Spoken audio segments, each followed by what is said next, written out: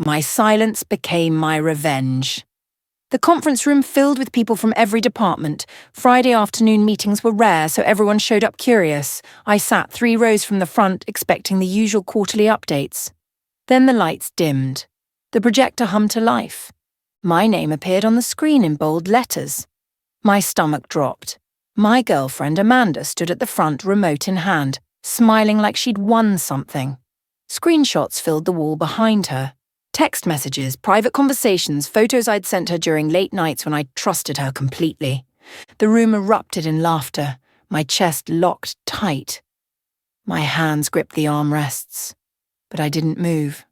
I didn't speak. I just sat there frozen while my private life became public entertainment. Every face in that room turned toward me, waiting for my reaction. Amanda's eyes found mine across the crowded space. She looked triumphant. I looked at her and felt nothing but a cold, spreading emptiness. Why would she do this in front of everyone? Amanda kept talking. Her voice dripped with manufactured emotion as she described our relationship like it was a case study. She called me controlling, emotionally unavailable, said I made her feel small. The screenshots kept cycling, messages where I'd asked about her day, photos from our weekend trips, normal couple things twisted into evidence of my supposed crimes. People whispered.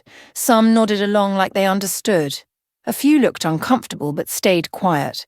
I waited for someone to stop this. No one did. Amanda paused, looking directly at me. She wanted me to explode, to yell, to defend myself, to give her the dramatic confrontation she'd scripted in her mind. I didn't. My silence made the laughter grow louder. Someone in the back made a joke. More people joined in. I sat perfectly still, my face blank while my reputation shattered around me. They thought I was finished. They had no idea what was coming. After the meeting ended, management actually praised her. Our department head called it professional transparency. He said Amanda showed bravery by addressing workplace relationship dynamics. I stood near the coffee station listening to them celebrate her courage. Nobody asked for my side. Nobody questioned why a performance review meeting became a public breakup. I realized then that this wasn't emotional. It wasn't a breakdown or a moment of anger. This was calculated. Amanda had scheduled this, requested the conference room, prepared slides. She'd planned every single detail. But why? What did she gain from destroying me in front of the entire office? I grabbed my coffee and walked back to my desk. People avoided eye contact. The few who looked at me seemed embarrassed, but not for her. For me. Like I was the one who should feel ashamed. I sat down and opened my laptop. My hands were steady now. She'd planned this perfectly. Or so she thought. The next week felt like walking through fog. Emails I sent went unanswered. Colleagues who used to stop by my desk for quick questions started messaging other people instead. At lunch, I'd approach a table and watch people suddenly remember they had somewhere else to be. I wasn't fired. I wasn't formally reprimanded. I was just erased. My ideas in meetings were ignored. My contributions to projects went unacknowledged. Amanda, meanwhile, seemed to float through the office on a wave of sympathy and support. People treated her like a survivor. Treated me like a problem that would eventually go away. I started eating lunch in my car, came in early and left late to avoid crowds. My performance reviews were still good, but I felt the shift, the whispers, the quiet suggestion from my supervisor that maybe I should consider a transfer. I might actually lose my job because my girlfriend decided to humiliate me. The unfairness of it burned. But I didn't fight back. Not yet. I should probably introduce myself properly. My name is Marcus Reed. I'm 28 years old. I've worked at Riverside Marketing Solutions for 3 years. Started as a junior analyst and worked my way up to senior coordinator. I'm good at my job, really good. I build data models that actually predict client behavior. I've saved campaigns that were heading toward disaster. Before Amanda's presentation, people respected me, came to me for advice. I wasn't the loudest person in meetings, but when I spoke, people listened. This job meant everything to me. It was the first place I felt like I belonged. where my skills mattered more than my background or who I knew. I grew up without much, put myself through community college while working nights at a warehouse, got my bachelor's degree online. Every promotion I earned felt like proof that hard work actually paid off. I had everything to lose, and Amanda knew that. She knew exactly what she was taking from me when she pressed play on that projector. Well, 2 weeks after the meeting, I learned the real reason behind Amanda's presentation. I overheard it in the break room. 2 women from accounting talking in low voices. They didn't see me around the corner. Amanda had been seeing Marcus Brennan for months. Marcus Brennan? Senior associate, 6 years older than me, drove a luxury car and wore suits that cost more than my rent. He sat 2 levels above me in the company hierarchy. That's why she went first. If I'd found out about the cheating and confronted her, I would have looked bitter, jealous, like the controlling boyfriend she described, but by humiliating me publicly before I knew the truth, she controlled the entire narrative. Everyone already saw me as the bad guy.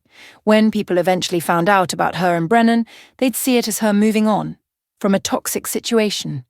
Not as cheating, not as betrayal, just as her finding happiness after escaping me. It was brilliant, in a cruel way. I stood in that break room, coffee cup shaking in my hand, understanding the full scope of what she'd done. I went to HR the next day, requested a formal meeting. The woman who sat across from me had kind eyes but a corporate smile. I explained what happened, how Amanda used a company meeting for personal humiliation, how it created a hostile work environment for me. She took notes, nodded sympathetically, asked careful questions. Then she pulled up her files. Amanda had already documented everything, filed a complaint 3 weeks before the presentation, claimed I made her uncomfortable at work, that she feared retaliation if she ended things privately. HR had copies of her presentation. They'd approved it as a conflict resolution session. Everything Amanda did had been cleared through proper channels. My complaint was noted, but her version was already part of my permanent record. The HR woman suggested I consider it a learning experience, said sometimes relationships don't work out and we all need to handle things professionally. I left that office understanding something important. The system isn't neutral. It protects whoever documents first, and Amanda had documented everything. My supervisor called me into his office on a Thursday afternoon, Daniel Cross. He'd always been fair to me before, given me good projects and honest feedback. He closed the door and gestured for me to sit. His face was uncomfortable. He said the company valued my work, said I had a future here. Then came the warning, wrapped in gentle words. It might be best if I laid low for a while, took on smaller projects, let things settle down. He didn't say Amanda's name, but we both knew what he meant. Translation: disappear gracefully, let her shine, don't make waves, accept what happened and fade into the background until people forgot. Maybe transfer to another department, another office, start over somewhere nobody knew the story. I sat there looking at Daniel. He meant well. He probably thought he was helping me, protecting my career by teaching me how to survive corporate politics. But something in me refused. I wasn't disappearing, I wasn't running, I'd done nothing wrong, and I wouldn't act like I had. I made a decision that night. No gossip, no rants to co-workers who might listen, no social media posts about betrayal or toxic relationships, just silence. Complete, absolute silence. I stopped defending myself because defense implied I'd done something requiring explanation. Instead, I watched. I observed. I noticed things I'd been too trusting to see before. At work, I became perfectly professional, polite to everyone, including Amanda. I said good morning when we passed in hallways, held doors open, acted like nothing had happened. At first, people didn't know how to read me. They expected anger or sadness or some visible wound they could point to. My calm confused them, made them uncomfortable.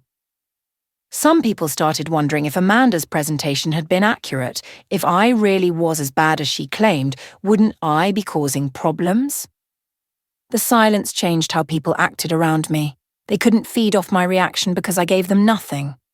And in that nothing, Something shifted. They started watching more carefully, paying attention, wondering what they'd missed. Once I started observing instead of reacting, patterns emerged everywhere. Amanda had always been ambitious.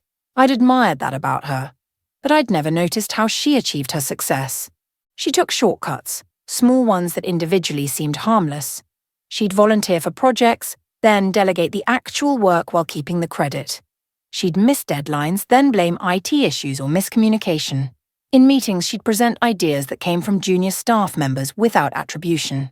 People let it slide because she was charming, confident. She knew how to make executives feel important, how to laugh at the right jokes, how to position herself as indispensable. Marcus Brennan operated the same way. I watched them together in meetings now, seeing their relationship clearly. They fed off each other's arrogance. Both believed rules were for other people. Both thought they were smarter than everyone around them. And maybe they were smart. But arrogance makes people careless. It leaves fingerprints, trails of small decisions that don't matter until someone starts paying attention. I started paying attention to everything. I spent my nights differently after that. Instead of going out or watching television, I studied. Online courses in advanced analytics, certifications in data visualization, new programming languages that were becoming industry standard. I already had skills. Now I made myself undeniable. At work, I took on projects nobody wanted. The messy data cleanups, the impossible client accounts, the presentations scheduled at difficult times. I volunteered for everything Amanda avoided. Slowly, quietly, I built a reputation, separate from the drama. Clients started requesting me specifically. My project success rate climbed. I won 2 industry awards for campaign performance, small awards that didn't come with announcements or bonuses, but they went in my file.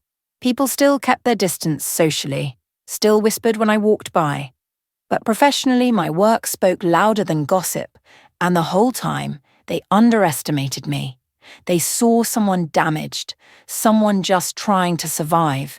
They didn't see someone getting stronger, building power that had nothing to do with popularity or politics, just pure, measurable excellence. Amanda's behavior changed as months passed. She got louder, more public with her opinions. She'd always been confident, but now she seemed to need an audience for everything. Staff meetings became her stage. She'd interrupt people mid-sentence, dismiss ideas with a wave of her hand, make jokes at other people's expense, then laugh like it was all friendly fun. She started treating junior employees the way she'd treated me, publicly questioning their work, making them feel small in front of groups. I watched a new intern nearly cry after Amanda corrected her font choice in a presentation. Watched a talented analyst stop contributing ideas after Amanda shot him down 3 meetings in a row. Nobody stopped her. Management saw her as a rising star. Marcus Brennan protected her from consequences. She had power now, and power was making her careless. She'd humiliated me and won. Now she thought she could do anything. That's what I'd been waiting for her to believe she was untouchable. Because untouchable people stop watching their backs. The first crack appeared during a client call, major account, quarterly review. Amanda presented growth projections that looked impressive on slides, colourful graphs, confident delivery. The client, an older woman named Patricia Hendricks, studied the numbers carefully. Then she asked a simple question. The projections showed 30% growth, but last quarter's baseline figures seemed higher than what she remembered. Where did those numbers come from? Amanda smiled. Said she'd double-check her sources and follow up. Patricia nodded but didn't look convinced.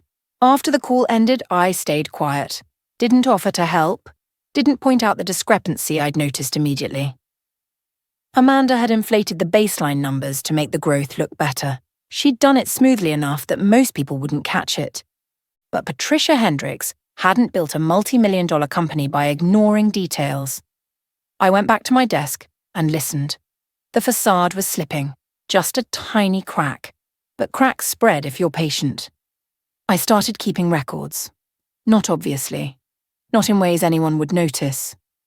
I documented everything in a private folder on my personal laptop. Dates of meetings where credit was misattributed. Email chains showing who actually did the work on successful projects. Client feedback that contradicted Amanda's reports. Screenshots of presentation slides with inconsistent data. I logged conversations I overheard, noted witnesses, tracked patterns of behavior across months. I never intended to use this information maliciously. I wasn't building a case for revenge. I was protecting myself, creating a record of truth in case things escalated, in case Amanda decided to come after me again. But as the documentation grew, something became clear. Truth compounds. Individual incidents look like mistakes or personality clashes. But patterns tell a different story. They show character, show method, show someone who consistently operates outside the rules and gets away with it because nobody's watching closely enough. I was watching, and I was writing everything down. In October, the company announced a leadership change, regional director retiring. They brought in someone new, Michelle Torres. She had a reputation for efficiency and no-nonsense management. She'd turned around 2 struggling offices in other states. Now she was taking over our region. People were nervous. Michelle didn't care about politics or who was popular. She cared about results and accountability. Her first week, she sat in on every department meeting. Didn't say much, just watched, took notes, asked occasional questions that seemed random but weren't. She was assessing, learning who actually produced results versus who just looked good in meetings. I kept my head down and did my work. Amanda, meanwhile, made sure Michelle noticed her, volunteered for high-visibility projects, positioned herself as a key player. Marcus Brennan did the same. They were smart to establish themselves early, but they didn't realize Michelle was the type to verify everything. The timing was perfect. I didn't plan it, didn't manipulate it. But sometimes the universe aligns exactly when you need it to. 3 weeks after Michelle Torres arrived, she announced an internal review. Standard procedure for new leadership. She wanted to audit major accounts and project outcomes. Make sure reports matched reality. People grumbled but complied. It wasn't my doing. I had nothing to do with the decision. But I knew what audits found when people had been cutting corners. Amanda panicked. I could see it in small ways. She started staying late, reviewing old files. She triple-checked her reports before submitting them. Got snappy with people who asked questions. Marcus Brennan looked stressed too. They had quiet, intense conversations in conference rooms with closed doors. I went about my normal work. My files were clean, my reports accurate, I had nothing to hide.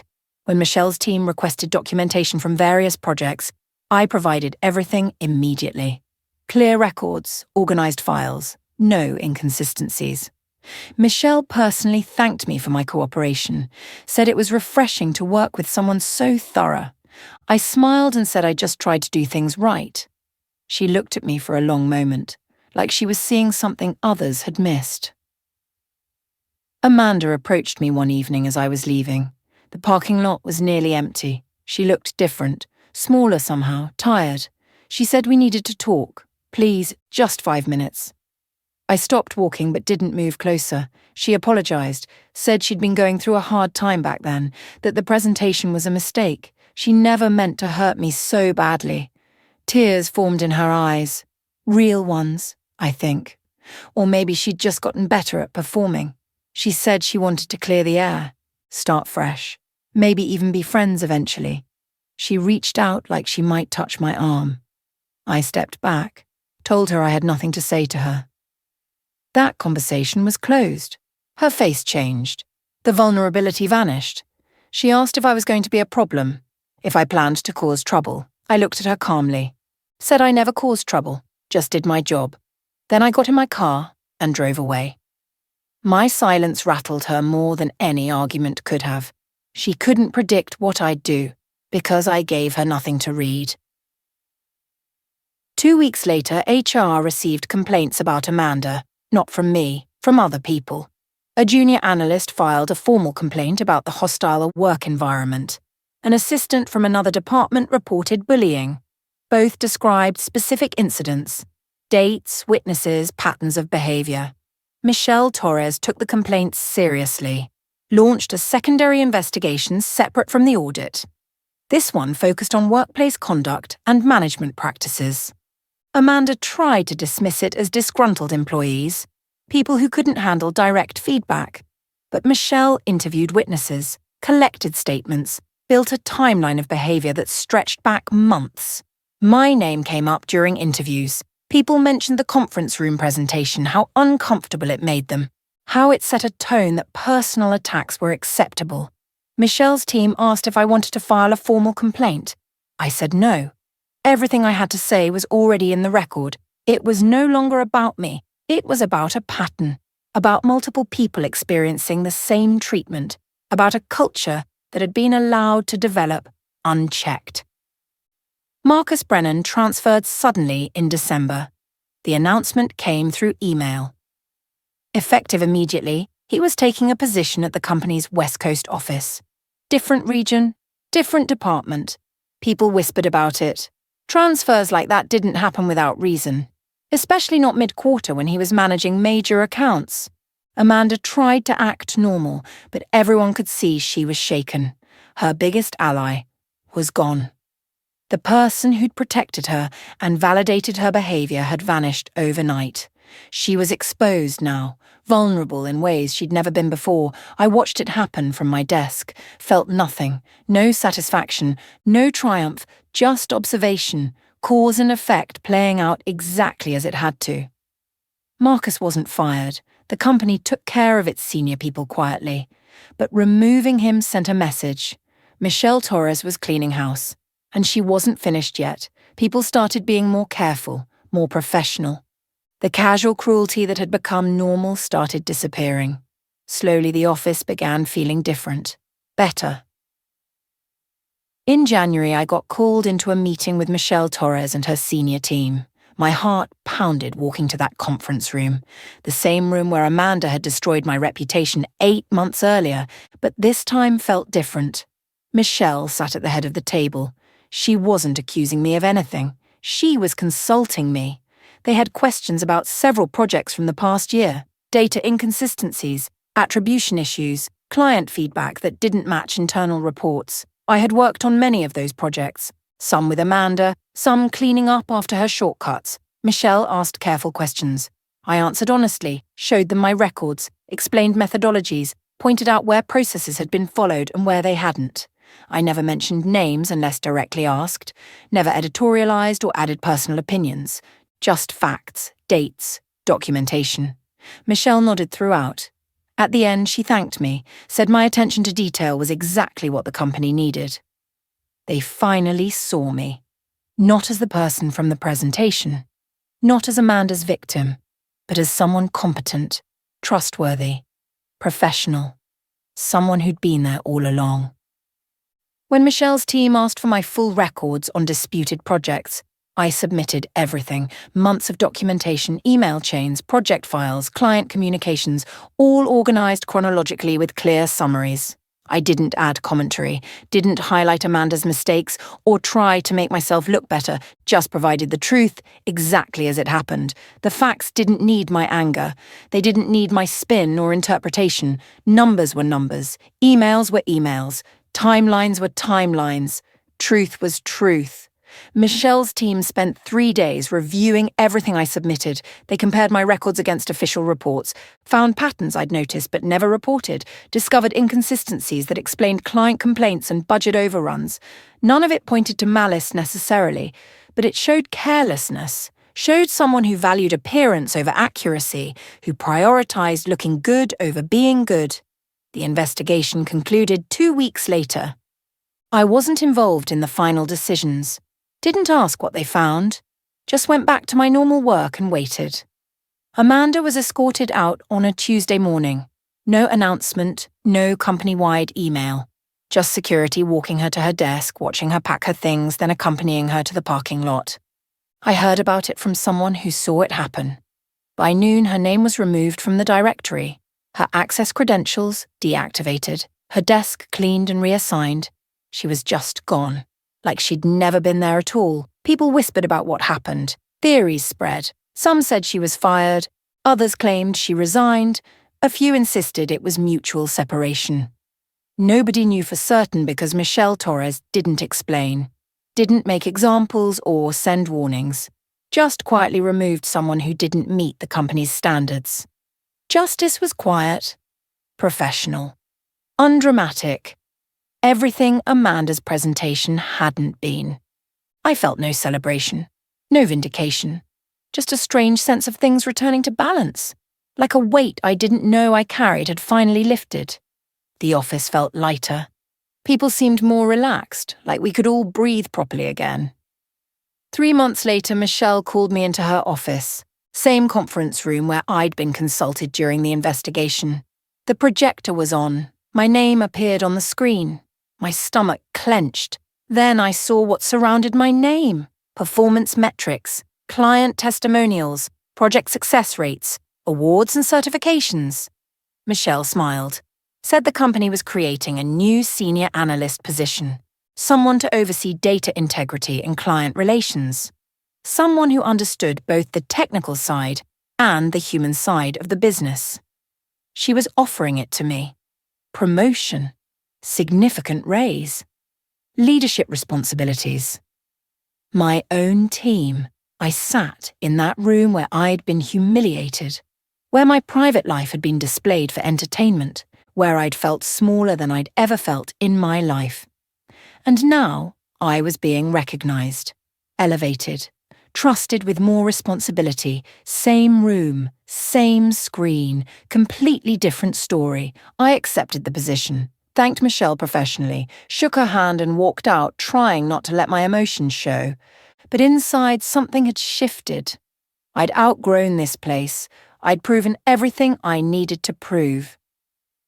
I worked in the new role for 6 weeks, did excellent work, built a good team, implemented systems that improved accuracy and client satisfaction, but my heart wasn't in it anymore. The wound had healed, but the scar remained. Every day in that building reminded me of what happened, of who I'd been and who I'd had to become. I didn't want revenge anymore, didn't need vindication. I just wanted to move forward somewhere that didn't carry all this weight. I started looking at other opportunities, better companies, positions that matched my new skill level. I got 3 offers in 2 weeks, chose the best one. Then I scheduled a meeting with Michelle, gave her 4 weeks' notice. She looked disappointed but understanding. Asked if it was about what happened with Amanda. I told her honestly. It wasn't about revenge or running away.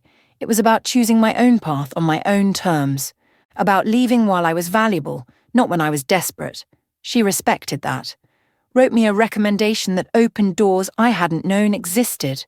I resigned on my terms, left on my timeline. The final power move. I never spoke to Amanda again. Heard through mutual acquaintances that she landed somewhere eventually. A smaller company. A less impressive title. I didn't follow up, didn't check her social media, didn't care where she ended up. She became irrelevant to my story the moment I stopped letting her actions define me. I moved to a better city, a better job, built a life that had nothing to do with what happened in that conference room. I thrived, found people who valued integrity over politics, worked on projects that challenged and fulfilled me, built relationships based on mutual respect rather than control or performance. My silence through everything wasn't weakness. It was discipline. It was refusing to let someone else's cruelty determine my reactions. It was understanding that screaming into the void changes nothing, but building excellence speaks volumes. You don't win by fighting people at their level. You don't win by matching their cruelty or playing their games. You win by knowing your worth, by doing the work, by being patient enough to let truth reveal itself. And sometimes, you win by walking away while others self-destruct. That's what silence taught me. Not every battle needs fighting. Not every insult needs answering. Sometimes the most powerful thing you can do is refuse to participate in your own humiliation. Build something better instead. Then leave it all behind and never look back.